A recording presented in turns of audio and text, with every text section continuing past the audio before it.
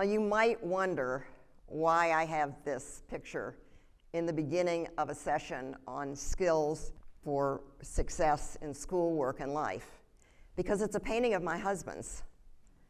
And I do think it's beautiful and it gives me comfort to see it, but that isn't why I chose it. I chose it because a filmmaker and a friend of mine, Tiffany Schlane, chose it when she wanted to do a film about the teen brain. She saw this photograph on my husband, Norman Galinsky's website, and said, that's what I want. I want to animate it for the teen brain. Now, what I loved about that is that's not the usual view of the teen brain, is it? Dynamic, exciting, lots of connections being made, superhighways of connections. But how do parents see the adolescent or the teen brain? When I wonder about something, I usually ask, and I actually ask a nationally representative group of parents in the United States from 9 to 19-year-olds this question. If you had one word or one phrase to describe the teen or adolescent brain, what would that word be? Now I want you to guess. This is interactive. How many, just yell it out, how many of you think parents use positive words? What percentage of parents use positive words? 20%. Do we have anybody a lot higher? 30%, okay. Anybody higher than 30%? Right. Anybody lower than 20%? One person lower. 2 people, 3 people, 4 people. Okay, we have 4 of you who are lower than 20%.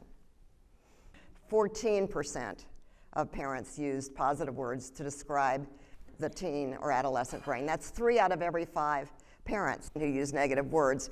Now, there are many challenges in growing up today. We all know them. We know that national proficiency in our nation's report card has gone down since the pandemic, and it's only about 1/3 across the score of 4th, 8th, 12th graders who have proficiency in reading and math. Too few young people are engaged in learning. It was 56% before the pandemic. During the pandemic, it dropped to 33%, and that's not unusual from other nationally representative studies. This is a standardized measure of engagement in learning in school.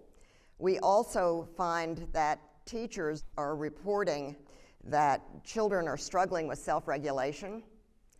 84% of teachers say that self-regulation is worse. They're not just making that up, though. A population study in the state of Massachusetts showed that self-regulation or executive function had dropped pretty far during the pandemic and hasn't risen for 2 years since they've been measuring it. And mental health in the United States, and I know around the world, challenges are increasing. 42% of young people, high schoolers, who reported such persistent feelings of sadness or hopelessness that they couldn't engage in their regular activities, and that's up from 28%. Now, they're not the only people. This is more anecdotal, but I'll get to some data actually in a moment. Employers. My favorite thing at a cocktail party was to say, so, you're an employer, tell me about the new hires of the workforce. What do you think they said? Down, yes, down. The kids these days, have you heard that? The kids these days, we have to train them. They don't know how to work in teams. They don't know how to problem solve. Do you know how much money we spend training people? I think schools think that everyone should compete against each other, but we want people who can work with each other. Why aren't kids learning the things that they need to learn for life? My favorite cocktail party conversation, which in part precipitated about 24 years of studying this issue. What are we doing to turn the fire off in children's eyes has been my question. So I started with early childhood and spent close to 15 years looking at the research on that, interviewing, doing studies, and so forth. And then in 2015, turned to adolescence. I do civic science, which means that I always start with the people being interviewed. So I started with focus groups or individual interviews with 38, 14 to 18-year-olds, not just from the United States, from other parts of the world. And I asked them questions like, what do you want to know about your own development? Or if you had one wish that could improve the lives of people your age, what would that be? Or what should I ask researchers when I interview researchers? Because I was going on to interview researchers. And they said, why don't people like teenagers? Which is not in the literature, I might tell you, not very much about it. And why don't people understand us? You were a teenager once. Why don't you understand us? So then I interviewed 45 researchers, not again just from the United States, but largely cognitive neuroscience, but developmental researchers as well from around the world, and then did 2 nationally representative studies of 9 to 19-year-olds and their parents in the United States. And in the middle of that, I pulled out about 60 people from the sample and asked them the kinds of questions that come up when you ask a study and you want to keep, civic sciences iterative. You find out something and then you have more questions. And then we did a behavioral study of executive function skills. We did of 6th, 9th, and 12th graders in schools in 6 states. So let's go back to the question that I asked originally of this nationally representative group of parents. What do you think the most frequent negative word was? Chaos. Chaos. Chaos. Other words? What? Confused. Okay. What? Slackers. Yes. Those are all words. Keep going. Immature. Well, you just win the prize. You do. Because actually 11% of parents, and that's a lot of people in a nationally representative open-ended question, right? 11% used the actual word immature, and another 8% used words that mean immature: undeveloped, unfinished, underdeveloped, mush, words like that. Not change words. Changing we coded as neutral. Now, we wouldn't say that a baby is an immature toddler, would we? I mean, I hope we won't. We wouldn't say that a toddler is an immature preschooler, but we do say that adolescents, a lot of us, 1 out of 5 of us at least, and 59% who use negative words, are saying that kids are not an adult. What they are is not an adult, which means that we don't really understand what they are. And I don't know about you, but if a group of people felt that I wasn't what I should be, that wouldn't feel very good. Now, granted, we ask about generic, the adolescent brain, the teen brain.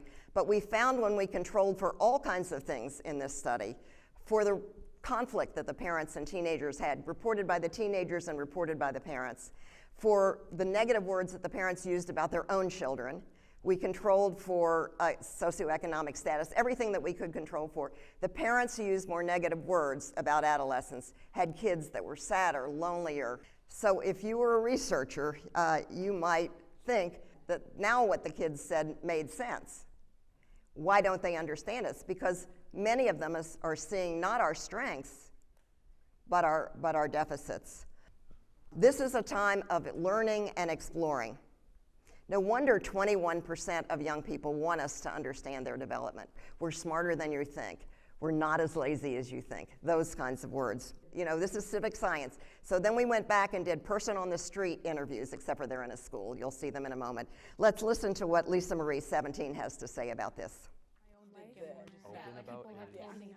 I think that adults in my life aren't really aware of what I struggle with. As much as I try to communicate with them, it's hard. And I try to put myself in their shoes, but I feel like sometimes it's not reciprocated. A second message, there were 5 messages, but I'm sharing 2 with you, was we want to learn, but we want to learn in ways that we learn best. Like, why are we learning some of the stuff that we're learning? It doesn't make sense. And why are we learning in not interactive ways, in ways that don't involve us? Let's listen to Amani, who's 15. Sometimes when we make mistakes, it's kind of like it's the end of the world and not just like a mistake. I just think sometimes if they could put themselves into our shoes and just know that it was a mistake and that it's okay. I mean, I think we need to reframe the whole notion of mistakes and understand that we all learn through trial and error. So what if, just what if, we knew of something that helped children learn and thrive? And usually we separate learning and thriving. We look at mental health and we look at academic success. We separate those, but they really go together. But what if there was something in the literature that helped children learn and thrive now, not you don't have to wait 20 years, 30 years, now and in the future? And we do know there is something.